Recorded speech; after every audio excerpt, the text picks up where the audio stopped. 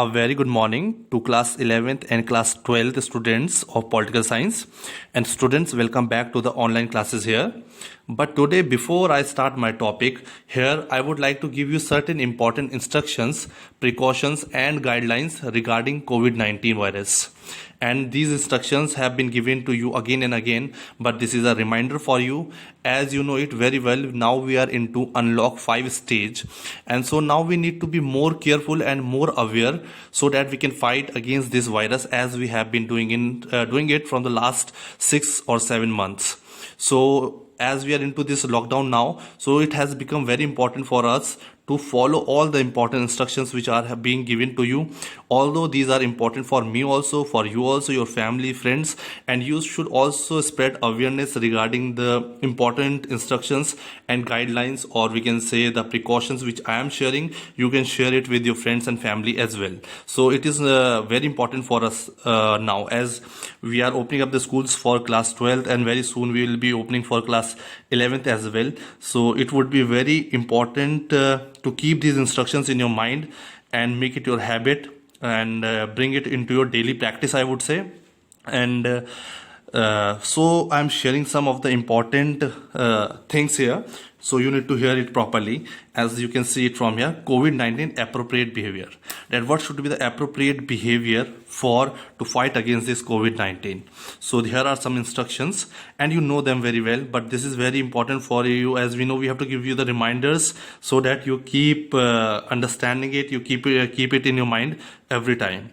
So wear mask. This is very simple and basic. You know it that we have to wear mask, but it becomes very important that you have to wear this mask properly. No one is going to come and check you. It is not a formality. This is for your precaution, for your good health, for your good health of your family, your loving ones. So you need to wear the mask properly, in which you have to cover your mouth as well as your nose properly all the time. Okay.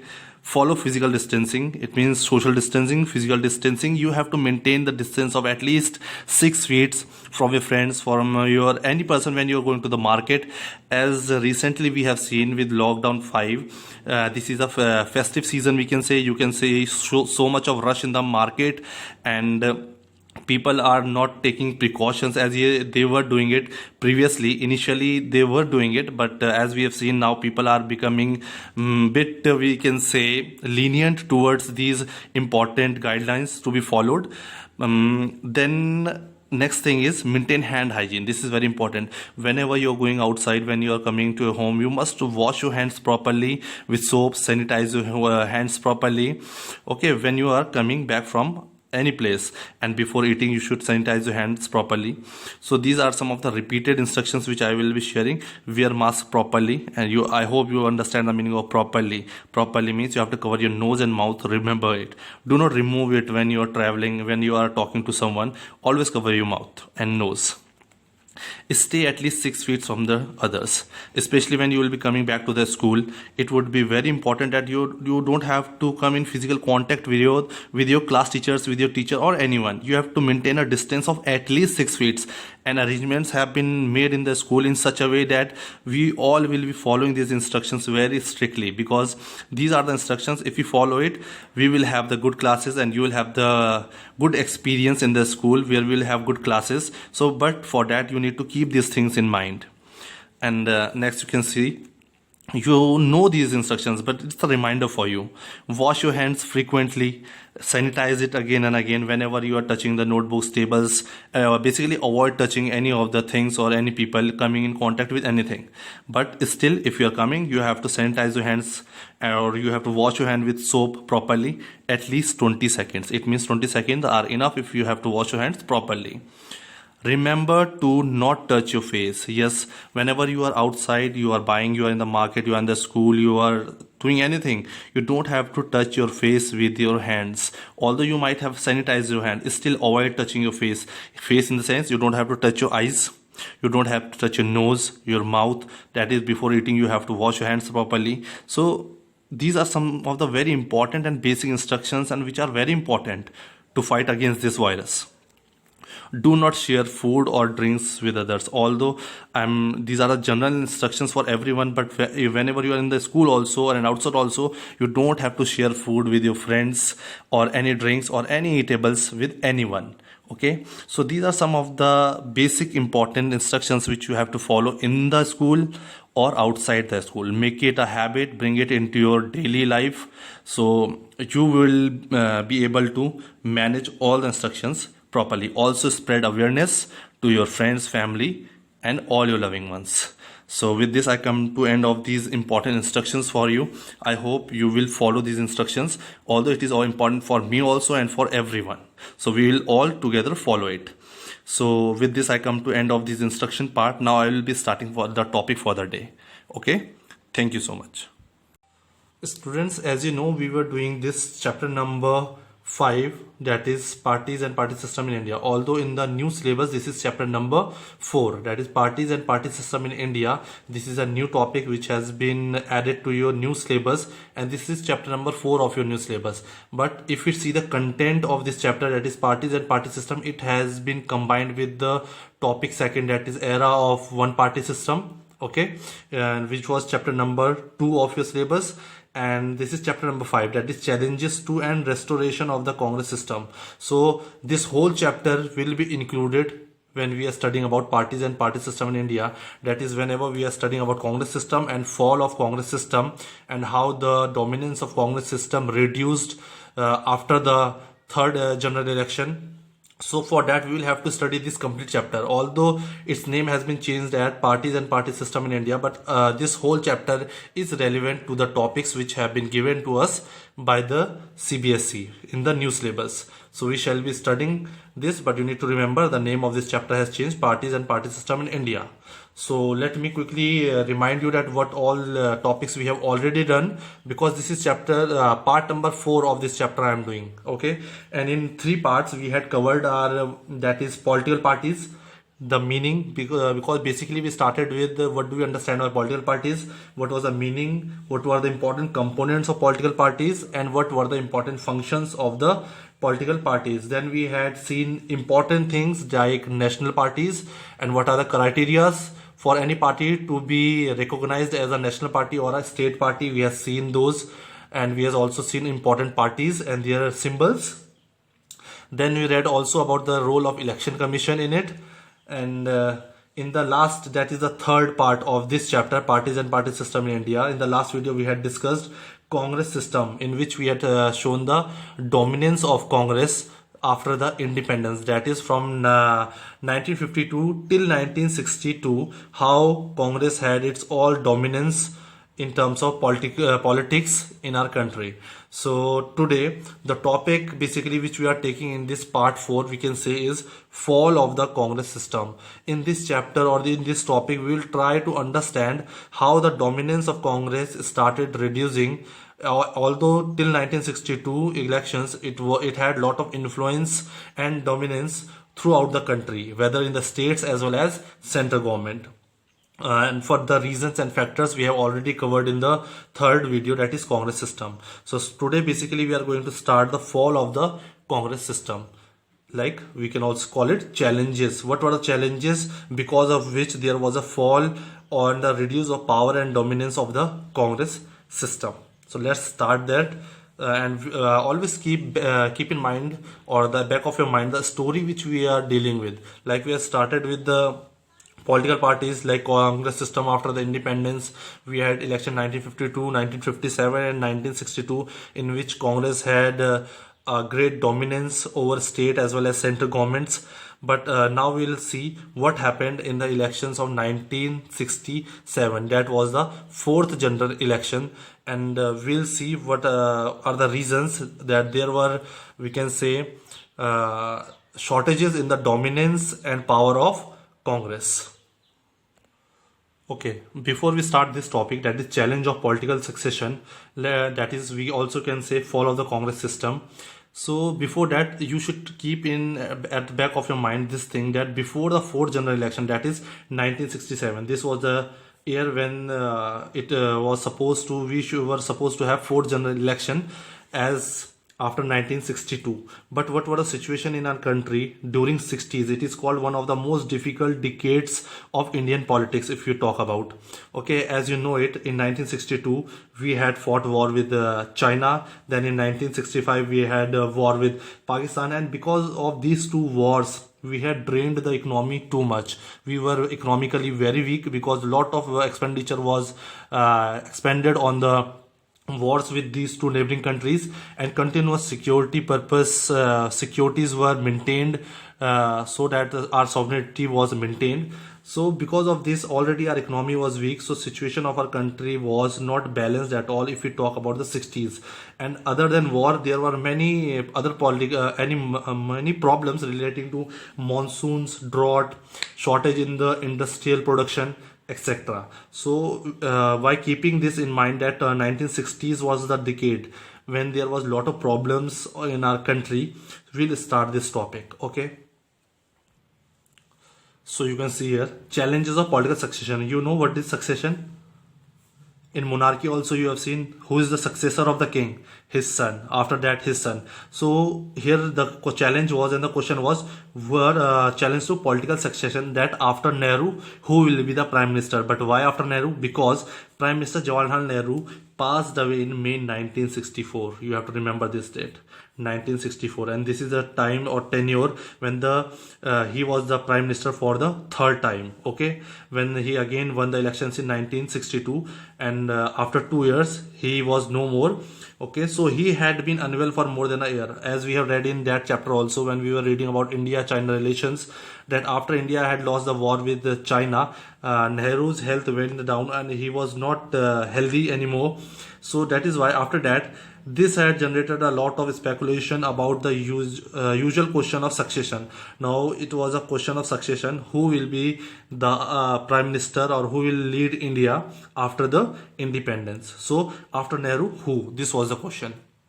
But in newly independent country like India, this situation gave rise to more serious questions after Nehru's what? But in a newly independent country like India, this situation gave rise to more serious question after Nehru what? This was not only the question that who will be the prime minister, but the other problems and the questions in the mind of the people were that after Nehru, what will happen? As Nehru has a lot of influence, if you talk about Asia and other countries, neighboring countries, he was also the founding member of non-alignment movement, as you know. So as India was moving on a very positive note or towards the growth and development economically, politically, socially. But now after the death of Nehru, there was no such leader who could lead India to such extent. Okay, so that is why question is who plus what. So you can understand the importance and role of Nehru in the Indian politics after independence, how he was taking India to a developing nation. So let's see the second question. The second question arose from the serious doubt that many outsiders had about whether India democratic experiment will survive after Nehru. So many outsiders and many scholars, philosophers, political thinkers, they had started thinking that will India be able to be successful if they had started a democratic system in India. Because after independence it was said that it was impossible to run democracy in India. It is such a large country with so much of diversity. It would be very difficult for India to manage its political, social and economic system with a democratic experiment. But after the death of Nehru, this question again arose. It was feared that, like so many other newly independent countries, India too would not be able to manage a democratic succession. Like it had happened in many countries around the world, where they had opted for the democratic way of governing, but they were not too successful, and soon this system ended in those countries. So was India also going to be the same country? So these were some of the difficult questions for Indians. A failure to do so. It was feared. So it was feared that maybe India will also be a failure in running this democratic system. And all these questions were arising up after the death of Nehru. Because they thought that now if this democratic system will end up, there will be a army rule, political rule for the army rule will be here. Okay. Besides, there was doubt if the newly leadership would be able to handle the multiple crises that awaited a solution. Now, now new prime minister will be elected, no problem. But there are so many multiple crises that awaited the solution. As India was a developing nation in the spheres of fields of economic, political, social, cultural spheres, we had various problems to tackle, and Nehru was doing it very well. So it was a question whether the new leaders will be able to handle these multiple problems, multiple crises.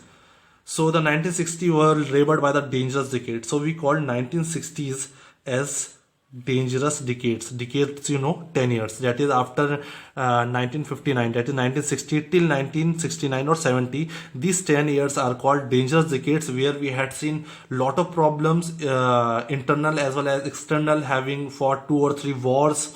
We had problems with agriculture production, we had with industrial production, we had export problems, we had droughts, low food grains production. So all in within these 10 years there were a lot of problems for India, especially as a developing country just after independence. It was very difficult for them, especially when our prime minister, who was leading the country from the front, and he was well known, he had a lot of influence, he was no more.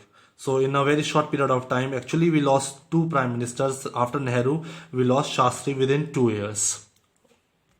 So as I had shared, the problem of 1960 decades were unresolved problems like poverty. We were into the developing nation, we are into a stage of developing. There were a lot of poverty, inequality, communal and regional divisions. There were unrest in our country relating to various religions and regions, could lead to failure of development. Because of all these problems, and because of the death of the leader who was very influential, there were chances that there would be a failure to democratic project, or even the disintegration of our country.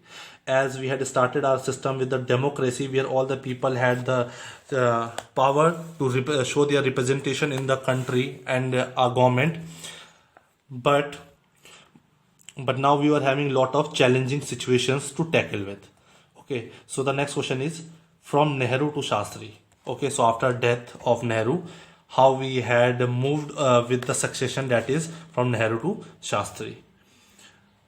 The ease with which the succession after Nehru took place proved all the critics wrong, but so easily it was done, and smoothly the new Prime Minister of India was elected or selected by the Congress working committee. And so it proved all the critics wrong, who said that after Nehru, India would have to face lot of problems to run its democratic method, and its democratic experiment would fail. But the smooth functioning again proved all the critics wrong. When Nehru passed away, after Nehru, K. Kamaraj, the president of, he was the K. Kamaraj, he is the important leader of Congress, and the old and the more influential, he has a lot of dominance. The president of Congress party consulted party leaders. So he consulted all the party leaders of the Congress members of parliament, and found there was a consensus in favor of Lal Bahadur Shastri. So he saw that people wanted, and he had a lot of support, and Lal Bahadur Shastri became the prime minister. Although at this time Morarji Desai was also very much interested, and he also wanted to be the prime minister of India after Nehru, but with the consent of all the members of Congress, it was decided that all were in favor of Lal Bahadur Shastri. He was unanimously chosen as the leader of the Congress parliamentary leader. So he was chosen as the leader of the Congress parliamentary party, and thus became the country's next prime minister. Shastri was a non-controversial leader from Uttar Pradesh. So previously he was basically from Uttar Pradesh, who had been a minister of Nehru's cabinet, and he had been a minister in Nehru's cabinet for many years. Nehru had come in to depend on. Nehru also started depending on him a lot in his last years. He was known for his simplicity. If we talk about Shastri, he was very well known for his simplicity and his commitment to its principles. He had some basic principles in his life, and he used to strictly follow and strictly stick to his principles of living his life. Early he has resigned from the position of railway minister. Previously he was also a railway minister, but he resigned from that position because he accepted the moral responsibility for there was a major railway accident during he was a railway minister. He morally resigned. He said morally it is correct to resign, as he thought that he was responsible for this railway accident. So this is about Shastri. Shastri was the country's prime minister from 19. So you will have to remember the date. It is important. 1964 to 1966. This is a date. That is, you can see, only for 2 years. That is why I was saying in a very short time we had lost our two prime ministers. During Shastri's brief prime ministership, the country faced two major challenges. So after Nehru, when Shastri was the PM, so basically he faced two big challenges while India was still recovering from economic implication of the war. As I had told you, India was still recovering from the expenditure and problems or damage of the wars with China as well as with Pakistan. Okay. War with China, failed monsoon, drought, serious problem, crisis presented a grave challenge. So these are the challenges in front of Shastri as soon as he took over as a prime minister. These were some very difficult situations which was put forward for him. As discussed in the previous chapter, the country also faced a war with Pakistan. And in 1965, we know India also faced a war with Pakistan in 1965. Shastri famous slogan. So that is why in these years, Shastri has given us famous slogan, you must have heard it, Jai Jawan, Jai Kisan. It symbolizes country's resolve to face both these challenges. So at this period of time, at this situation, these were the circumstances that we were into the wars with China, Pakistan.